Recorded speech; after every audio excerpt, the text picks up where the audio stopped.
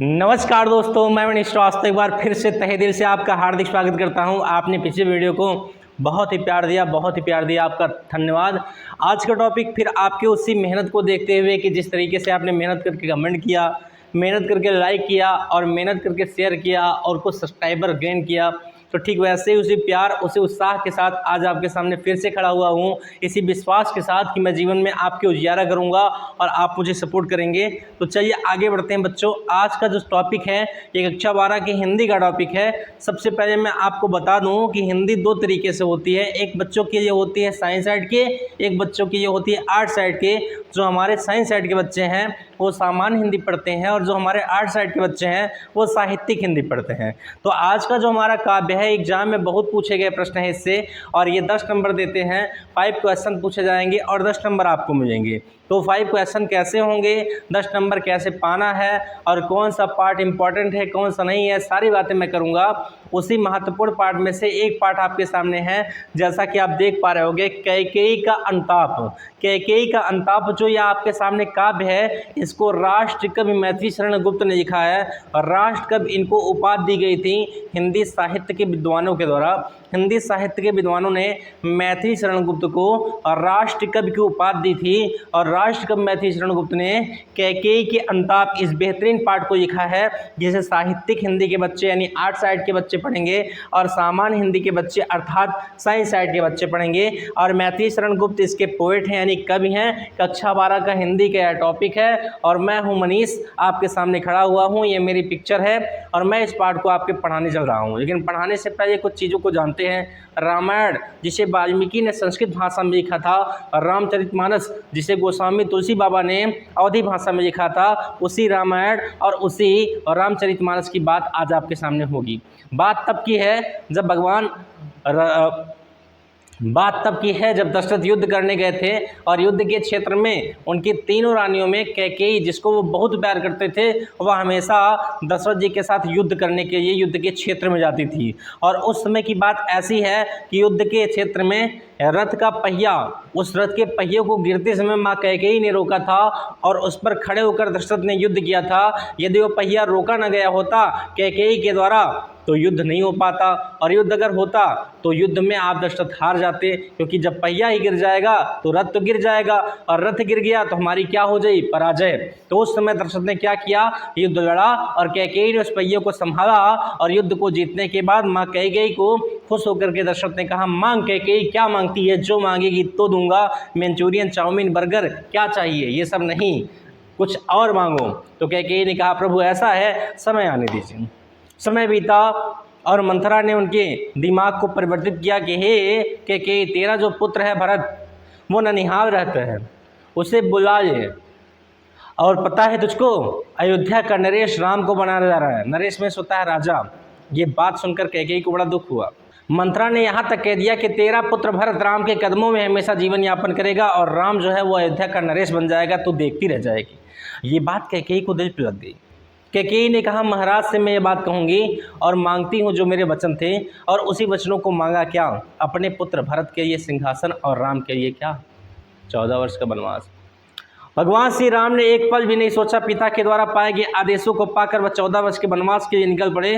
उर्मिला जो कि लक्ष्मण की पत्नी थी, 14 वर्ष अपने पति लक्ष्मण से उन्होंने दूर रहने का प्रयास किया और बहुत कष्ट सहा। कभी कोई पूछेगा, ध्यान देंगे कि सीता से ज़्यादा कष्ट किसने सहा था, उर्मिला ने, क्योंकि सीता मैया जगत जननी थी, वह भगवान श्री राम के साथ थी, लेकिन उर्मिला माता जो कि लक्ष्मण जी के साथ नहीं थी। तो कष्ट सब ज़्यादा सीता नहीं, कष्ट सब ज़्यादा उर्मिला ने सहा, क्योंकि माँ सीता अपने पति भगवान श्री राम के साथ थी, लेकिन उर्मिला जो थी वह लक्ष्मण जी के साथ नहीं थी। 14 वर्ष के वनवास के लिए निकल जाते हैं भगवान श्री राम। सरयू नदी को पार करके पहुंचते हैं। आगे बढ़ते प्रयागराज में मिलते हैं कौन, ऋषि भरद्वाज। ऋषि भरद्वाज से पूछते हैं, कुत्रमयम वक्तव्यम, मुझे कहाँ निवास करना चाहिए। तो ऋषि भरद्वाज कहते हैं राम से कि चित्रकूट त्रयम योग उचित स्थानम अस्ति। चित्रकूट ही आपके लिए क्या है, उचित स्थान है। कक्षा 11 में आपने पढ़ा होगा भरत महिमा। ये समरी अगर नहीं बताऊंगा आपको तो ये पाठ सुन नहीं आएगा। थोड़ा समरी जानिए, हुआ क्या था, रियलिटी क्या थी। और जब भरद्वाज ने कहा कि चित्रकूट त्रयम योग उचित स्थानम अस्ति, चित्रकूट ही आपके लिए उचित स्थान थे, तो भगवान श्री राम माता सीता और लक्ष्मण के साथ चित्रकूट चले गए। कभी आपको टाइम होगा तो आप घूमने जाइएगा, मैं घूम के आया हूँ, बहुत ही अच्छा। जैसे माँ सीता का वहाँ रसोई है, भगवान जहाँ 4 महीने भगवान श्री राम रहते थे उस गुफा में, जहाँ पर गुप्त गोदावरी है। ये नेचुरल चीज़ें हैं, आप कभी अवसर मिले तो आप जाइएगा, देखिएगा। तो जब भगवान श्री राम 14 वर्ष के वनवास के लिए चले गए तो उसी समय दशरथ जी को बड़ा दुख हुआ, वो बहुत विलाप किए और विलाप करते करते अंतिम समय आया, वो इस दुनिया को छोड़कर चले गए। ननिहाल से भरत जी को बुलाया गया, उनके दाह संस्कार की क्रिया को पूरा किया गया और भरत जी ने पूछा कारण। तो कारण जब ये बताया गया कि माँ कैकेयी इसका कारण है, माँ कैकेयी ने भगवान श्री राम के लिए 14 वर्ष का वनवास मांगा और आपके लिए सिंहासन, तो भरत जी के कदमों के तले जमीन खिसक गई। उन्होंने माँ कैकेयी को ऐसे ऐसे वचन कहे जो वचन कभी कहने नहीं चाहिए, और उन्हें माँ कहने से इनकार कर दिया और संपूर्ण सत्य के बीच में कहा, गुरु वशिष्ठ, मैं आपके आदेश के अनुसार भैया को मनाने के लिए जा रहा हूँ। यदि आप में से कोई मेरे साथ चलना चाहता है तो वह चल सकता है। आपने कक्षा 11 में पढ़ा होगा, चलत पयादे खात फल पिता दीन तजुडार। पिता के द्वारा दिए गए राजपाट को त्याग करके भरत भैया को मनाने के लिए फल को खाते खाते खाते खाते उन्हें मनाने के लिए आगे बढ़ते हैं। और उनके साथ ही माँ सुमित्रा और माँ कौशल्या भी गई और गुरु वशिष्ठ महाराज के साथ कुछ वहाँ पर ज्ञानी भी गए और यह सोच के वहाँ जाया गया कि जा कर के राम को मना के वापस लाएंगे। और जब वहाँ पहुँचते हैं तो मंदाकिनी नदी के तट के किनारे इस ओर सब कोई है और उस ओर जाते हैं कौन? भरत जी निषाद राज के साथ, क्योंकि निषाद राज उनको रास्ता दिखाता है। जब जाते हैं तो बताते हैं कि भरत भैया हमारे साथ मैं अकेले नहीं बल्कि गुरु वशिष्ठ महाराज आए हैं, माँ कैकेयी आई है, माँ कौशल्या, माँ सुमित्रा। भगवान श्री राम दौड़ते दौड़ते यमुना नदी के तट के किनारे आते हैं और गुरु वशिष्ठ महाराज के चरणों को धुलते हैं, माँ के चरणों को स्पर्श करते हैं और उन सबको लेकर पहुँचते हैं कहाँ? अपनी कुटिया में, जहाँ पर वो 14 वर्ष निवास किए थे। तो चलिए बिना देर के शुरू करते हैं। ये पाठ वहीं से शुरू होता है जब सब कोई पहुंच जाते हैं चित्रकूट, जहां भगवान श्री राम ने अपने वनवास को काटा था।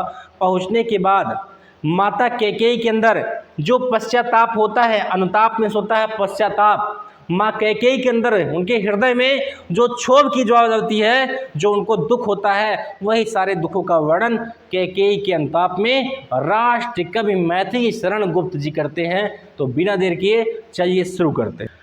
तो ये रहा आपके सामने कैकेयी का अंताप, माँ कैकेयी का अंताप। अंताप में क्या होता है? पश्चाताप। तो कहा गया है कि प्रस्तुत काव्य पंक्तियाँ और राष्ट्र कवि मैथिली शरण गुप्त द्वारा रचित साकेत महाकाव्य किसे अवतरित की गई हैं।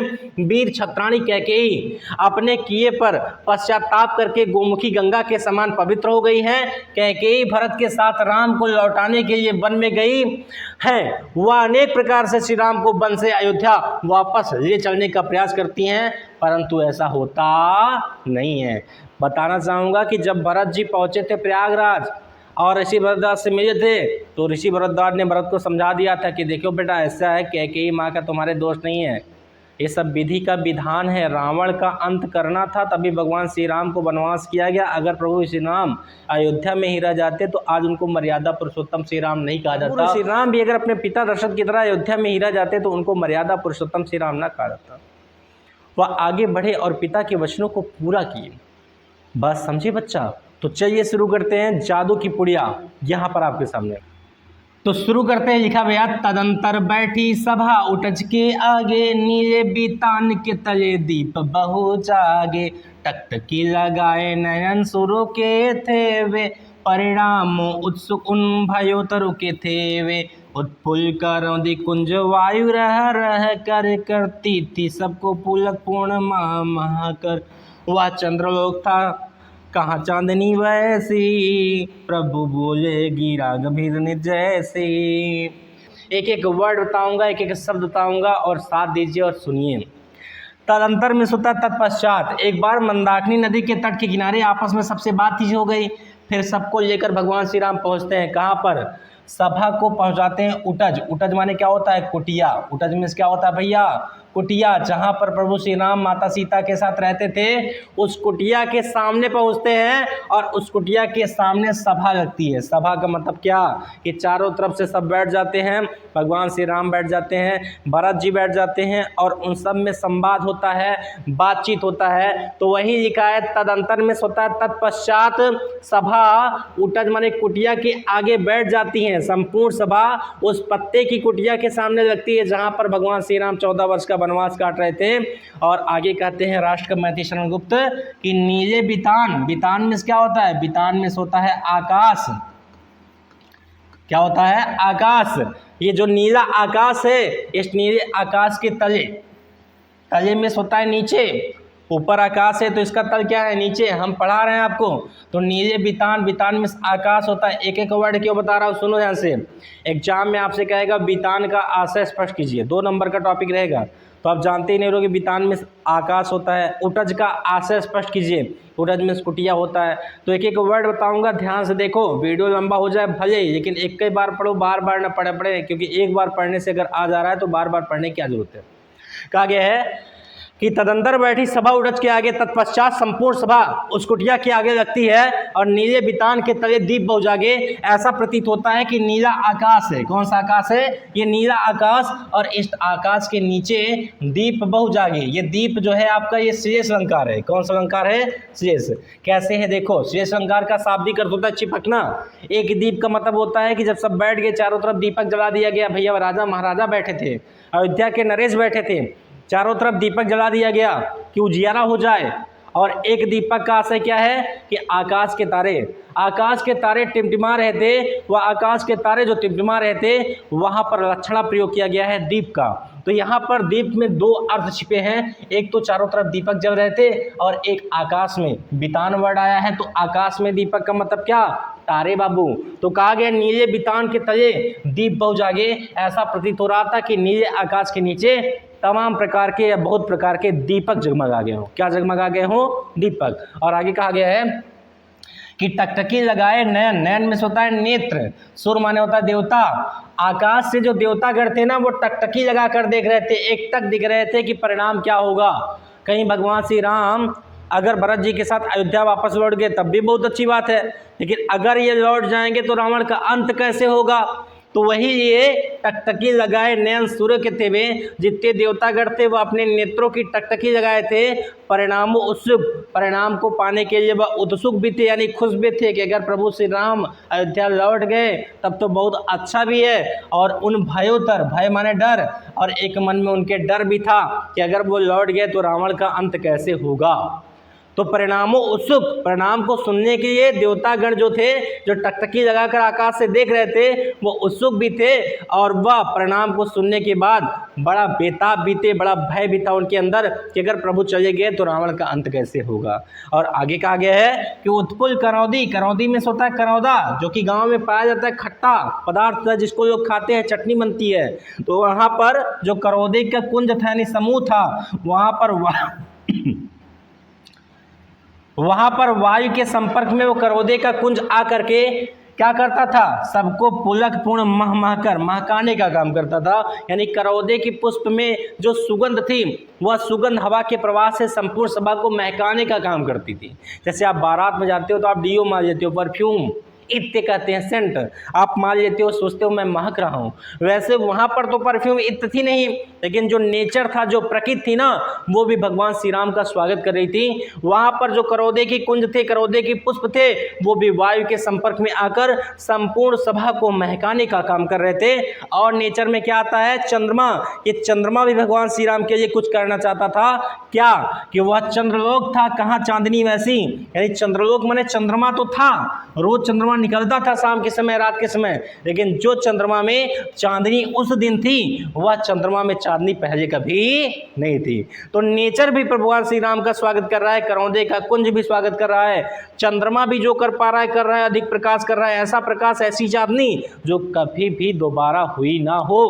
और तभी वो सबके बीच में प्रभु बोले, भगवान श्री राम बोल पड़ते हैं। गिरा माने क्या होता है? गिरा में होता है वाणी। भगवान श्री राम गंभीर वाणी में बोल पड़ते हैं नीर निधि। नीर निधि में क्या होता है भैया? नीर निधि में होता है समुद्र। जो भगवान श्री राम का हृदय समुद्र की तरह था, वो समुद्र की तरह भगवान श्री राम का हृदय, और भगवान श्री राम गंभीर वाणी में बोल पड़ते हैं, गंभीर वाणी में बोल पड़ते हैं। तो रिपीट करते हैं, फिर आगे बढ़ते हैं, ध्यान दीजिएगा। तदंतर बैठी सभा के उठत के आगे, नीजे बितान के तले दीप बहु जागे। तत्पश्चात सभा उस कुटिया के सामने रखती है, जिस कुटिया के सामने रखती है उस कुटिया में भगवान श्री राम ने 14 वर्ष का वनवास काटा था। यहाँ तक कि भरत जी ने कहता है, भैया यथाकुल कि आप अयोध्या चले जाइए, मैं वनवास रह जाऊं। अगर भैया आप कहे तो हम तीनों भाई, मैं, शत्रुघ्न, लक्ष्मण, सब कोई यहाँ रह जाते हैं, आप चले जाइए अयोध्या। अगर भैया कहे तो हम 14 वर्ष नहीं, पूरी जिंदगी भर यहाँ वन में रह जाते हैं, परंतु आप चले जाइए अयोध्या भैया। लेकिन भगवान श्री राम एक ही चीज़, क्या कि रघुकुल रीति सदा चली आई, प्राण जाहि पर बचन न जाहि, प्राण जाहि पर बचन न जाहि। समझे भैया? आगे कहा गया बाबू कि टकटकी लगाए, नीले बितान के तले दीप बहु जागे, नीले आकाश के नीचे तारे रूपी बहुत सारे दीप जगमगा रहे हों, और तभी आकाश से जो देवतागण थे वह अपने नेत्रों से टकटकी लगाकर देख रहे थे। वह परिणाम को सुनने के लिए बड़े उत्सुक भी थे, और उनके अंदर परिणाम सुनने के पहले बहुत भय भी था कि अगर भगवान श्री राम चले गए तो रावण का अंत कौन करेगा।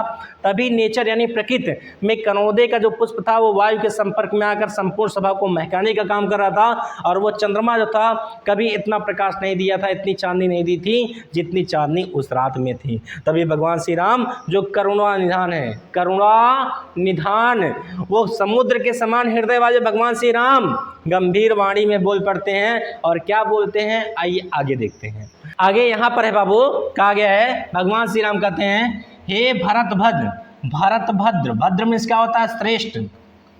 भद्र में क्या होता है? श्रेष्ठ। हे श्रेष्ठ भरत, अब कहो अभीत। अभीत में क्या होता है? अभीत में होता है मन की बातें। आपने सुना होगा मोदी जी कहते हैं मन की बातें। क्या कहते हैं बाबू? मन की बातें। तो भगवान श्री राम ने कहा, हे श्रेष्ठ मेरे भरत, हे मेरे छोटे भ्राता श्रेष्ठ भरत, बताओ अब तुम्हारे मन में क्या बातें हैं, तुम अपने मन में क्या बात लेकर अयोध्या से यहाँ आए हो। जब भगवान श्री राम ने इतने वचन कहे, क्या कि मेरे श्रेष्ठ छोटे भाई भरत, बताओ तुम्हारे मन में क्या बात है, तुम अपनी बात में मन में कौन सी बात लेकर अयोध्या से यहाँ आए हो। तो सब सजग हो गए। सजग में क्या होता है? जाग जाना। संपूर्ण सभा जो अयोध्या से यहाँ पर आई थी सब सजग हो गए। उनको ऐसा लगा कि भंग हुआ जो सपना, हमारा सपना भंग हो गया। अब प्रभु पूछे कि क्या चाहिए भरत जी? भरत जी कहेंगे भैया अयोध्या चलिए, और राम जी क्या करेंगे? अयोध्या चलेंगे। तो जितने लोग आए थे सब सजग हो गए। भंग हुआ जो सपना, ऐसा प्रतीत हुआ कि हमारा सपना भंग हो गया, हमारा सपना सच हो गया। अब भगवान ने पूछा है क्या चाहिए भरत? और भरत कहेंगे भैया आप अयोध्या के नरेश बनिए, और भगवान यहाँ से अयोध्या के चलकर नरेश बन जाएंगे तो सबका सपना सच हो गया। ऐसा सबको लगा, पर ऐसा कुछ हुआ नहीं। आगे देखिए कहा गया है, अब यहाँ पर जो दो पंक्तियां हैं, इन दो पंक्तियों में भगवान श्री राम का संवाद है। इस दो पंक्तियों को किसने कहा है? राम जी ने। और ये दो आगे की जो पंक्तियां हैं जहाँ पर क्वेश्चन मार्क है, इसको कहा है किसने भैया? भरत जी ने। किसने कहा है? भरत जी ने। तो राम जी ने कहा क्या कि हे मेरे श्रेष्ठ भाई भरत, बताओ तुम्हारे मन में क्या बात है, किस बात को लेकर तुम अयोध्या से यहाँ आए हो। इस बात को सुनकर सब सजग हो गए। ऐसा प्रतीत हुआ कि हमारा सपना जो है वो सच हो गया। तभी भरत जी कहते हैं, हे आर्य, आर्य में क्या होता है? श्रेष्ठ। जैसे बड़े भैया को हम लोग दद्दा कहते हैं, या भैया कहते हैं, या बड़े भैया कहते हैं, या भाई कहते हैं, सम्मान देते हैं, वैसे ही भगवान श्री राम को भरत जी कहते हैं, हे आर्य, ए बड़े भैया आर्य, श्रेष्ठ मेरे बड़े भैया आर्य। रहा क्या भरत अभीस? अभीस में क्या बताया बाबू? मन की बात। भरत जी कहते हैं, बड़े भैया आप बताइए क्या भरत के मन में अभी भी कोई बात है? मिल गया अकंटक। अकंटक में जिसमें कोई कांटा ना हो, जिसमें कोई कष्ट ना हो, उसे अकंटक कहते हैं। और राज उसे जब तब भी। ये बड़े भैया राम, जिसको अकंटक राज बन गया। अकंटक राज का मतलब क्या? मुझे अयोध्या का राजा बनाने के लिए अयोध्या सौंप दी गई है, मुझे अकंटक राज मिल गया, तो बताओ मेरे मन में क्या बातें होंगी। अर्थात भरत जी कह रहे हैं कि भैया क्या आपको भी लगता है, क्या आपको भी लगता है कि मेरी वजह से आप वनवास आए हैं, मुझको ये सिंहासन चाहिए था? पूरे अयोध्या के लोग कहते हैं, अयोध्या के गुरुजन कहते हैं, सारे लोगों के मन में ये बात बैठी कि भरत ने ननिहाल से अपने माँ कैकेयी से ऐसा कहा कि राम को वनवास भेज तो मुझे सिंहासन चाहिए, तभी मैं ननिहाल से आऊँगा। और आज मैं किसी के सामने मुंह नहीं दिखा पा रहा हूँ, किसी के सामने खड़ा नहीं हो पा रहा हूँ। भैया सब सोचती है, पूरी दुनिया ऐसा सोचती है, क्या आप भी ऐसा सोचते हैं? हे आर्य, रहा क्या भरत अभी? ये बड़े भैया, क्या भरत के अंदर अभी भी मन में कोई बात है? मिल गया अकंटक उसे जब राज तब भी, जिसको अकंटक अर्थात बिना कष्टों वाला राज मिल गया। और पाया तुमने तर माने वृक्ष होता है, तर मीन्स क्या होता है भैया? वृक्ष। तले माने नीचे, और आपने वृक्ष के नीचे अरण्य, अरण्य मीन्स क्या होता है? जंगल। क्या होता है भैया? जंगल। बसेरा मीन्स होता है बसना। ये बड़े भैया, आप जंगल में पेड़ों के नीचे बस गए और मुझे पूरा राज मिल गया, अकंटक राज, जिसमें कोई कांटा नहीं, जिसमें कोई कष्ट नहीं। तो अब मेरे मन में क्या बातें होंगी? पूरी दुनिया ये सोचती है और आप भी ऐसा सोच रहे हैं, तो बताइए मेरे अंदर क्या बातें होंगी, मेरे अंदर क्या बातें होंगी? और आगे कहा गया है, रह गया अभी शेष तथापि क्या मेरा, मेरे बड़े भैया राम, क्या अभी भी मेरे मन में कोई शेष बात रह गई है? तन तड़प तड़प कर तप्त तात ने तागा। तप्त माने होता है भैया दुख। क्या होता है? दुख। और तात माने होता है पिता, और मात माने होता है माता। अब दशरथ जी के बारे में भरत जी राम को बता रहे हैं क्या कि ये बड़े भैया राम, तन तड़प तड़प करके, अपने तन को, अपने शरीर को तड़प तड़प करके दुख में पिता ने अपने प्राणों को त्याग दिया। दुख में पिता ने अपने तन को तड़प तड़प करके त्याग दिया, और मैं इतना अभागा इंसान हूँ, क्या रहा अभी अदौर तथा भागा, मैं इतना भागा इंसान हूँ, इतना भागा कि उनके मुंह से एक ही चीज़ निकल रहा था, मेरे पुत्र राम को बुला दो, मुझे राम को दिखा दो, मुझे राम से मिला दो। और मैं इतना भागा हूँ कि मरते समय अपने पिता की मन की इच्छा को भी पूरा नहीं कर पाया। इतना सुनने के बाद भगवान श्री राम के हृदय में इतना दुख हुआ, क्षोभ हुआ कि मेरे पिता दशरथ इस दुनिया में नहीं रहे। उनको इतना दुख हुआ, इतना दुख हुआ कि वो भरत जी को पकड़ करके अपने हृदय से लगा देते हैं। कहा गया है कि हाँ, इसी अयसी के हेतु जन्म था मेरा। ए मेरे बढ़िया राम, अयस, अयस, यस माने अच्छाइयाँ, अयस माने बुराइयाँ। ये अयस जो मैंने कमाया है, क्या इसी अयस के हेतु जन्म था मेरा? क्या मैंने इस बुराई को पाने के लिए, जो लोगों के मन में बातें बैठ गई हैं कि भरत ने ये सब कुछ किया है, क्या इसी को पाने के लिए बड़े भैया राम मैं इस दुनिया में आया हुआ हूँ? निज जननी ही के साथ हनन था मेरा, मेरी खुद की माता के हाथ, हनन में सोता हत्या, मेरी माँ ने मुझको क्या किया? मार दिया। मेरी इज्जत, मान, मर्यादा, प्रतिष्ठा, सबकी कहानी खत्म हो गई भैया। जिसने मुझे जन्म दिया, माँ कैकेयी, आज उसने ही मुझे मार दिया। निज जननी के ही हाथ हनन था मेरा, मेरे खुद के माता के हाथों मेरी हत्या हो गई।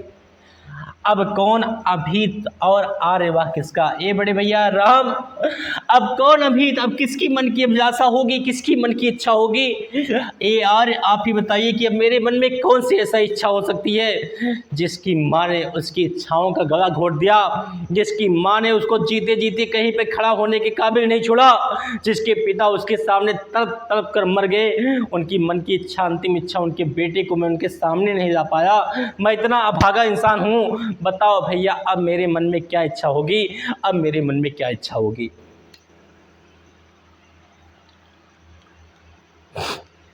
कितने कष्टों को प्रभु श्री राम ने सहा, कितने कष्टों को भरत जी ने सहा। ऐसा भरत जैसा भाई दुनिया में सबको दिया जाए। आपको बताना चाहूँगा कि भगवान श्री राम के 3 भाई थे, लक्ष्मण, शत्रुघ्न और भरत। लेकिन भगवान श्री राम अगर किसी को मानते थे ना, तो सबसे ज़्यादा भरत जी को मानते थे।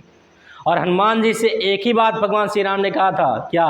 कि तुम मम प्रिय भरत सम भाई। तुम मुझे प्रिय हो हनुमत, लेकिन तुम मुझे प्रिय किसके समान हो? मेरे छोटे भाई भरत के समान मुझे प्रिय हो। क्योंकि इस संसार में मैं अगर किसी को बहुत प्यार करता हूँ तो अपने छोटे भाई भरत को बहुत प्यार करता हूँ। तो तुम मम प्रिय, तुम मुझे प्रिय हो भरत के समान, भरत के समान। आपको बताना चाहूँगा कि दशरथ जी दुनिया को छोड़कर चले गए और अपने पुत्र राम को नहीं देख पाए। इसके पीछे एक कारण था। श्रवण कुमार जो अपने माँ पिता को एक छोटे से टोकरी में रखकर 4 धाम की यात्रा कराने के लिए निकले थे, शिकार के लिए गए थे और उन्होंने सोचा कि नदी के किनारे कोई शिकार है, उन्होंने बाण मार दिया। वहाँ पर वो बाण जा करके श्रवण कुमार के सीने में लग गया और जब श्रवण कुमार ने बोला तो उस बोलने की आवाज़ को सुन करके दशरथ जी वहाँ पास में गए और उन्होंने देखा और बहुत पश्चाताप किया, बहुत पश्चाताप किया। लेकिन तब पछताए क्या हुआ जब चिड़िया चुग गई खेत। श्रवण कुमार ने कहा मेरी आखिरी इच्छा ये है कि आप मेरे माता पिता को पानी पिला दीजिए। और जब वो पानी लेकर के उनके नज़दीक पहुँचते हैं तो उनके माता पिता को देखकर दशरथ हैरान हो जाते हैं, क्योंकि कोई और नहीं बल्कि श्रवण कुमार की माँ जो थी वो दशरथ की बहन थी। जब श्रवण कुमार के माँ पिता अंधे थे, उनके सामने दशरथ जी पानी लेके गए तो माँ ने कहा कैसे हो श्रवण पुत्र, तुम पहले पानी पियो। लेकिन जब श्रवण हो तब तो बोले। वो श्रवण नहीं बल्कि वो दशरथ जी थे। जब दशरथ जी ने पूरी कहानी बताई तो उनकी बहन ने कहा जाओ भैया, मैं जो तुम्हें श्राप देती हूँ कि तुम्हारे 4 पुत्र हैं, लेकिन तुम्हारे मरते समय तुम्हारे पास तुम्हारा पुत्र नहीं रहेगा।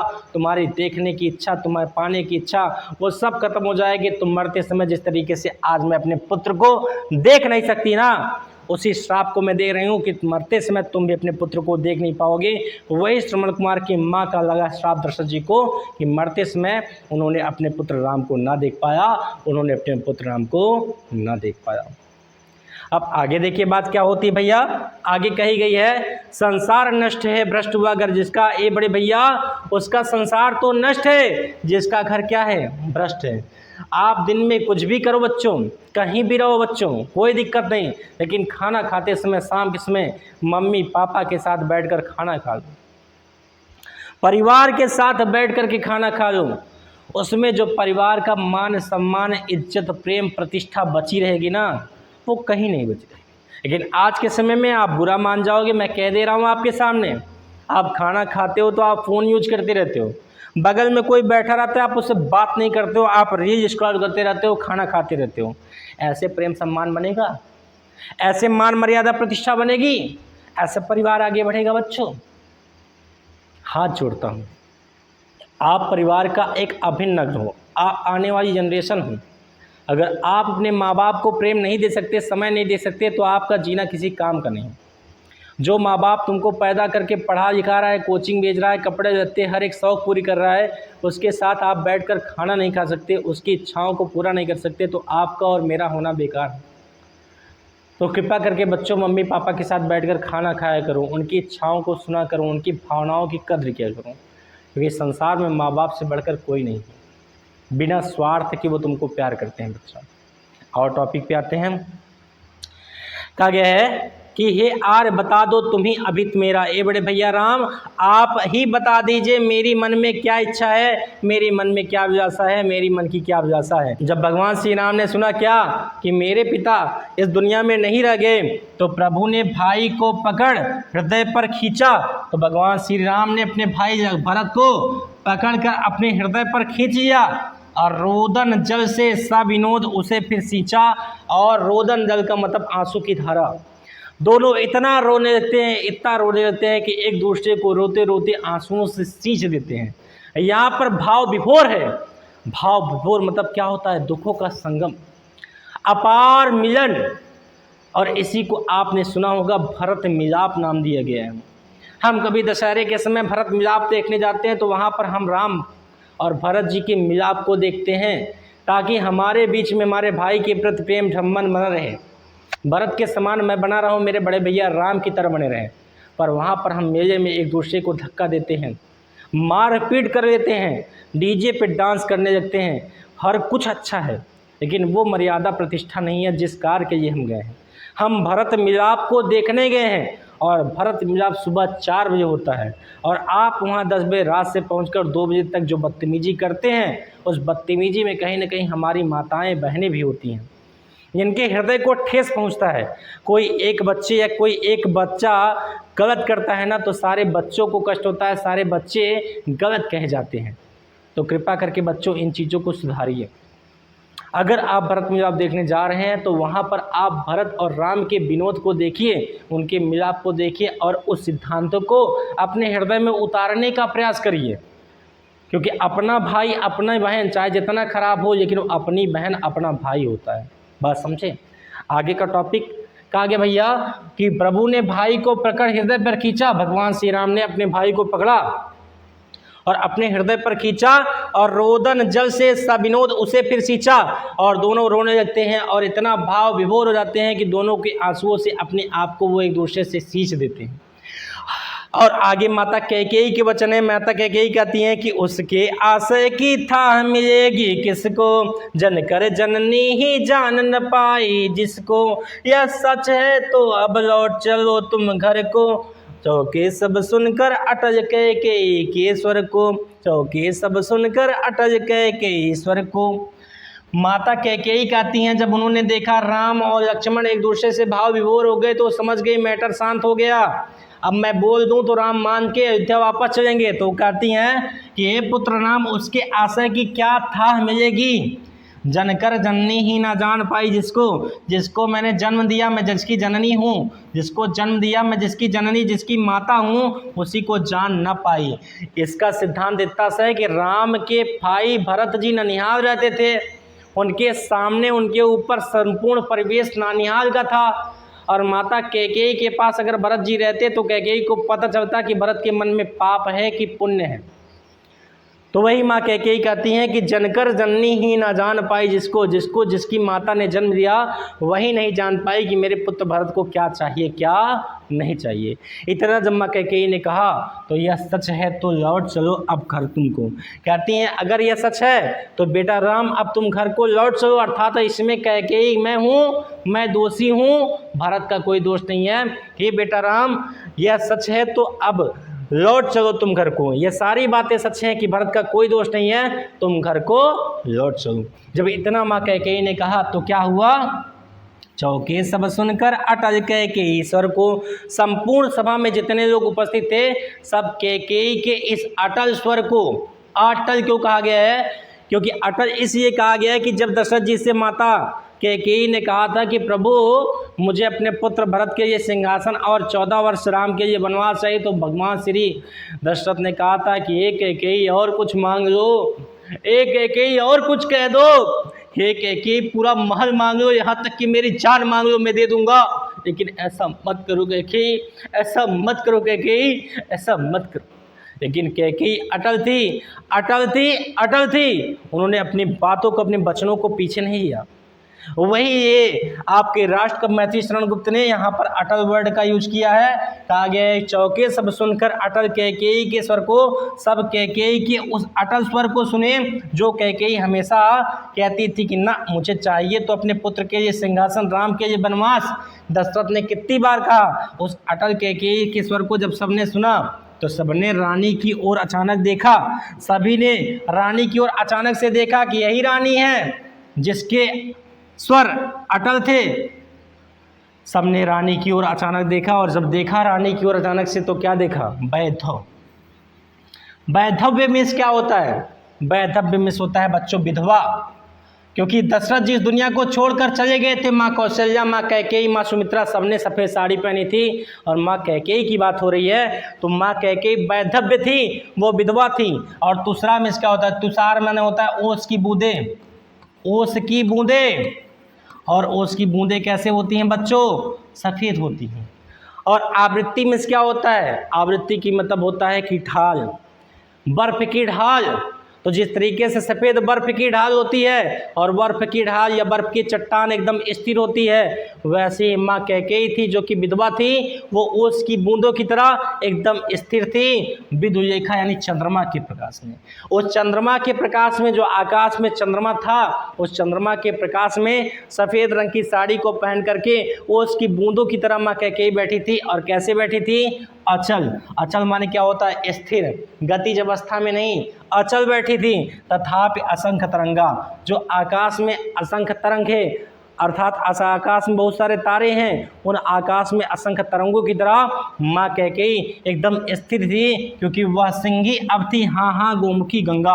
वो सिंगनी जो शेरनी की भांत थी, जो दशरथ जी से शेरनी बन करके 14 वर्ष का वनवास भगवान श्री राम के लिए मांगी थी, अब वह सिंगनी गोमुखी गंगा के समान हो गई थी।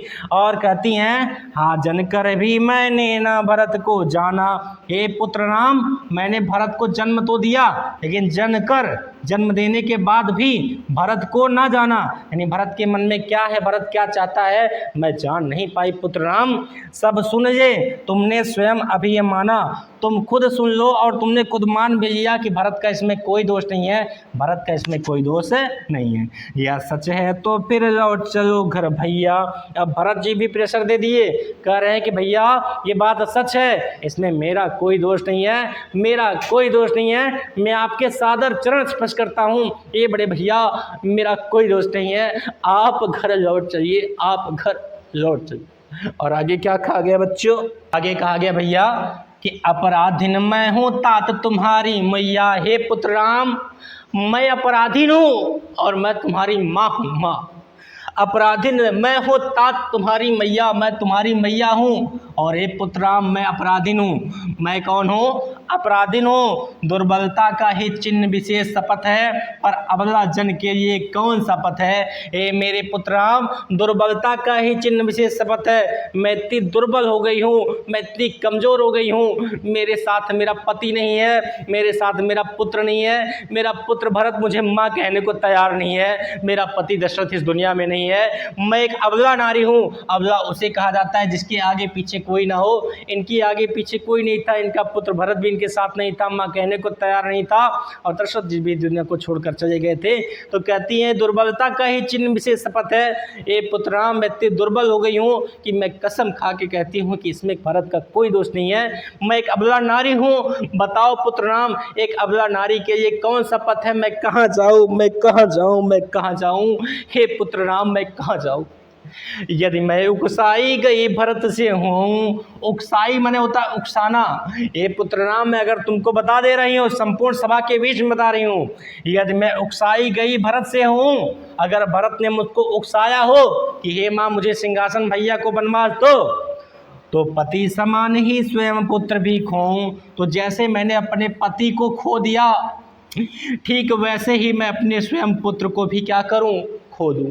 अगर मेरे पुत्र भरत ने मुझे उकसाया हो तो मैं तुम सबके बीच में कहना चाहती हूँ, बेटा राम तुम्हारे सामने कहना चाहती हूँ कि अगर भरत ने मुझको उकसाया हो तो जैसे मैंने अपने पति को खो दिया ना, वैसे मैं अपने इकलौते पुत्र भरत को भी खो दूं, मुझे कोई डर नहीं है बेटा।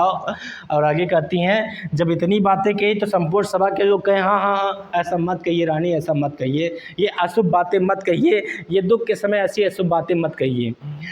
तो सबको कहती हैं माँ क्या कही कि ठहरो मत रोको मुझे कहूँ सो सुन लो, ठहरो मुझे मत रोको, मुझे मत रोको, कहूँ सो सुन लो, जो मैं कह रही हूँ उसको सबको ही सुनो। पाओ यदि उसमें सार, सार में क्या होता है गलती, सार में क्या होता है गलती, कहते हैं पाओ सार में क्या होता है, सार में होता है गलती, कहती हैं पाओ यदि उसमें सार, अगर मेरी बातों में कहीं गलती पाओ तो उसे चुन लो, उसको बताओ मेरी क्या गलती है। भाई करके पहाड़ सा पाप मौन रह जाऊं, इतना बड़ा पहाड़ के समान मैंने पाप किया है और पाप कर कर मैं मौन रह जाऊं, मैं चुप रह जाऊं, राई भर भी अनुताप ना करने पाऊं। अनुताप माने होता है भैया पश्चाताप। मैं एक सरसों, राई में होता है सरसों, मैं एक सरसों के दाने के बराबर भी पश्चाताप न कर पाऊं, इतना बड़ा पहाड़ के समान मैंने पाप किया है और मैं एक सरसों के दाने के बराबर भी पश्चाताप न करने पाऊं, ऐसा नहीं है। जो मैं कह रही हूँ सबको ही सुनो, जो मैं कह रही हूँ सबको ही सुनो, क्योंकि मैंने पहाड़ के समान पाप किया है और सरसों के दाने के बराबर भी मैं पश्चाताप करूं ना करूं, ऐसा नहीं हो सकता। अब पहाड़ सा पाप को मतलब समझा रहा हूं, ध्यान समझो। जनक जी, वैदेही जिसे कहा जाता है, राजा विदेह की पुत्री सीता माँ, जनक जी ने क्या कभी सपने में सोचा था कि मेरी पुत्री सीता को 14 वर्ष वनवास में रहना पड़ेगा। उन्होंने तो अच्छा सोच करके विवाह किया था कि मेरी पुत्री सीता अयोध्या की रानी बन के रहेगी, लेकिन अयोध्या की रानी माँ सीता की किस्मत में 14 वर्ष का वनवास था।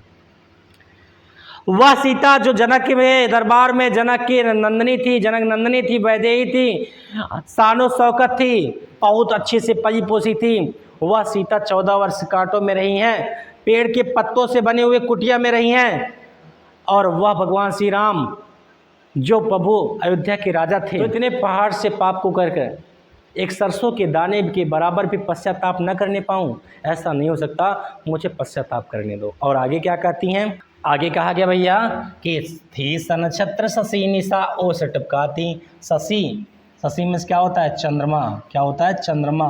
और निशा में क्या होता है, रात। और इसे हम चांदनी रात कहेंगे। कौन से कहेंगे, चांदनी रात। इस चांदनी रात में जो ओस की बूंदें गिर रही थी ना, वो ओस की बूंदें गिरते समय ऐसा प्रतीत हो रहा था कि जो आकाश से वो रो रहा है। वो क्या कर रहा है बच्चों, रो रहा है।